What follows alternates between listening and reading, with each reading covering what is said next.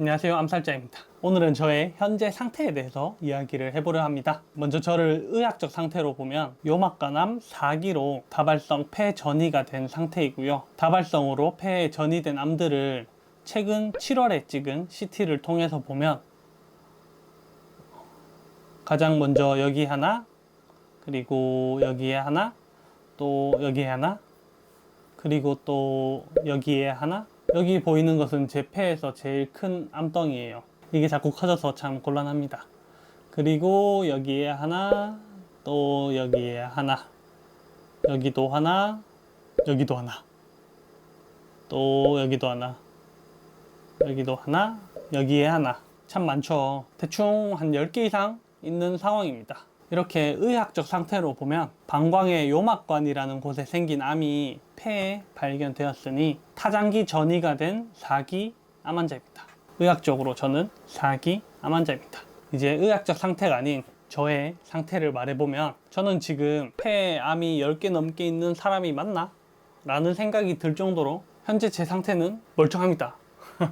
병원에서 나를 몰래카메라 하는 것 같은 그런 느낌이 들 정도로 정말 저는 멀쩡합니다. 하나하나씩 자세히 저의 상태를 이야기해보면 첫 번째 증상입니다.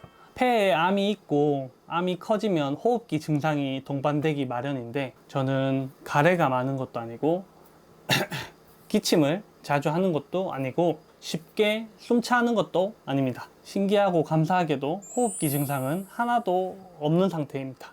신기하죠? 그리고 두 번째, 통증. 암 환자는 암성 통증이라고 해서 암이 통증을 많이 유발하게 되는데 저는 현재 통증도 없는 상태입니다.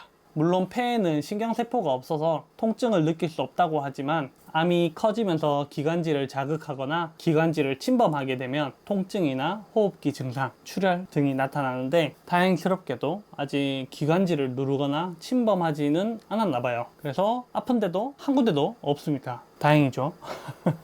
그리고 세 번째, 체중. 뽀동뽀동한데 몸에 암이 있으면 악액질이라 해서 체중이 급격하게 빠지는 경우도 있고 폐에 암이 있으면 흉수가 갑자기 차서 반대로 체중이 급격하게 늘어나는 경우도 있는데 저의 경우는 급격한 체중 변화 없이 그냥 많이 먹으면 살짝 찌고 적게 먹고 운동 열심히 하면 또 좀 빠지고 평일엔 빠지고 주말엔 좀 찌고 계속 이런 상태로 유지하고 있습니다. 몸무게를 잘 유지하고 있는 일반적인 상태입니다. 여기서 큰 문제가 하나 있는데 정말 비정상적인 식욕이 문제입니다. 식욕이 넘쳐요. 너무 넘쳐요.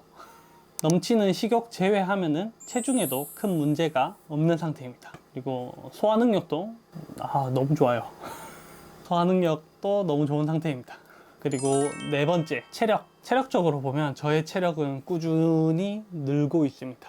5년 전 암 진단을 받고 수술과 항암을 거치면서 제 체력은 정말 바닥이었어요. 항암 종료 후 정말 누구보다 열심히 노력했어요. 무리하지 않고 현재 주어진 체력에서 계속 점진적으로 진짜 조금씩 늘려갔거든요. 점진적으로 운동을 늘린 결과 현재는 10km 마라톤 정도는 느리지만 완주할 수 있는 상태예요. 그리고 15kg 배낭을 메고 해발 500m 내외 500, 600 이 정도 되는 산도 오를 수 있어요. 이렇게 운동하고 다음날 알아 눕고 피로 때문에 아무것도 못하고 이러면은 의미가 없겠죠.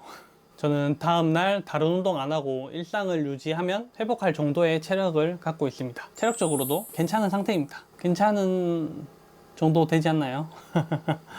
체력은 괜찮은 상태인 것 같아요. 그리고 다섯 번째, 수면. 수면도 통증이나 다른 여타 증상이 없기 때문에 수면에도 큰 문제가 없습니다. 그냥 제가 정해둔 시간에 잠들여 노력하고 아내가 일어나는 시간에 맞춰 같이 일어납니다. 규칙적으로 자고 규칙적으로 일어나고 있어요. 주말에는 조금 늦잠을 자고 그렇게 생활하고 있습니다. 그리고 예전에는 검사 전날이나 진료 전날에는 잠 못 들고 밤을 지새우다가 겨우 2-3시간 자고 일어나서 병원에 가는 날이 많았는데 이제 암 진단 받은 지도 5년이 지나다 보니까 검사 전날, 진료 전날에도 잘 잡니다. 좋은 게 아닌 것 같지만 그래도 5년이라는 시간에 많이 묻어진 것 같아요. 그래서 수면도 문제가 없다. 그리고 6번째, 감정, 스트레스. 솔직히 이번 진료 보고 진료실 나와서 좀 우울했었어요. 나와서 아내랑 이야기 나누고 아내랑 약속했던 게 3일간 암과 관련된 이야기 하지 말자. 집에 가서 우리 암과 관련된 이야기 아무것도 하지 말자. 다음 항암 어떻게 할지 뭐 계획도 짜지 말고 그냥 아무 일 없었던 것처럼 일상을 보내자 했어요. 그러고 나니까 감정이 좀 편안해졌어요. 현재는 매우 편안한 상태입니다. 어차피 해야 할 항암이었고 그 항암을 저는 3년이라는 시간 동안 앞서 말씀드렸듯이 아무 문제 없는 상태로 잘 지내왔기 때문에 거기에 감사하고 어차피 해야 할 항암이었다. 많이 미뤘고 그동안 잘 지냈으면 됐지. 이렇게 넘겼습니다.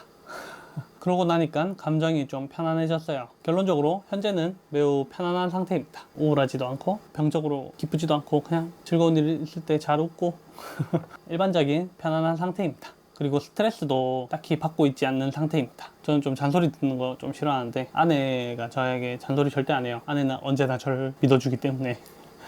그래서 저는 전혀 잔소리를 받지 않고 있기 때문에 스트레스도 없는 상태입니다. 그래서 결론, 의학적으로 폐에 10개 넘는 암이 전이된 4기 암 환자이지만 현재 호흡기 증상도 없고 통증도 없고 급격한 체중 변화도 없고 피로도 없고 체력 저하도 없이 제 일상을 매우 잘 유지하고 있습니다. 의학적으로 건강하지 않지만 저의 삶적으로 보면 매우 건강한 상태입니다. 참 아이러니하죠. 요즘 저에게 괜찮아? 라고 질문을 많이 하시는데 참 이 질문에 답하기가 어려워요. 괜찮은데 괜찮지 않고 괜찮지 않은데 뭐 또 괜찮아. 어렵죠. 어렵습니다. 이 질문의 팩트로 이야기를 하면 폐에 있는 암이 자꾸 커져서 계속 안 좋아지고 있는데 뭐 증상도 없고 통증도 없고 일상을 유지하는데 아무 문제가 없어서 괜찮아. 이게 팩트에 기반한 저의 답입니다. 이렇게 말하기엔 또 뭔가 좀 구차해요. 뭐 주절주절 그냥 괜찮다고 하면 되지 굳이 의학적 상태를 말해서 더 걱정을 시킨 것 같은 기분? 그런 기분이 드는데 또 그렇다고 마냥 괜찮아 라고 하기엔 또 뭔가 찜찜해요. 그래서 괜찮아 라고 묻는 사람의 의도를 파악하려 해요. 쌤 괜찮아요? 괜찮아? 이렇게 진심으로 걱정해 주시는 분들의 괜찮아의 질문엔 걱정하지 않게 그냥 네 괜찮아요. 잘 지내고 있습니다 라고 대답을 하고 있고, 요즘 어때가 약간 내포된 괜찮아 이런 질문을 받게 되면 이 괜찮아는 제 상태가 궁금해서 묻는 괜찮아 라고 판단을 해서 사실대로 이야기를 합니다. 폐에 암이 자꾸 커지고 있긴 한데 아직 뭐 증상도 없고 아프지 않아서 괜찮아 뭐 잘 지내고 있어 라고 답을 합니다. 괜찮은데 괜찮지 않고 괜찮지 않은데 괜찮습니다. 아이러니한 상태입니다. 어찌됐든 결론은 저는 괜찮습니다. 네, 오늘 저의 상태를 아주 자세히 이야기해 봤는데요. 몰래카메라 같지 않나요? 세상이 날 속이고 있는 것 같아. 병원이 날 속이고 있는 것 같아. 저는 암 환자이기 전에 저 박찬우라는 사람입니다. 병원에서만 암 환자이지 병원 외에서는 저는 박찬우의 삶을 잘 살고 있습니다. 여러분께서도 환자의 삶이 아닌 나다운 삶을 사시면 좋을 것 같습니다. 나다운 삶을 응원합니다. 언제나 건강하세요. 시청해주셔서 감사합니다. 짠!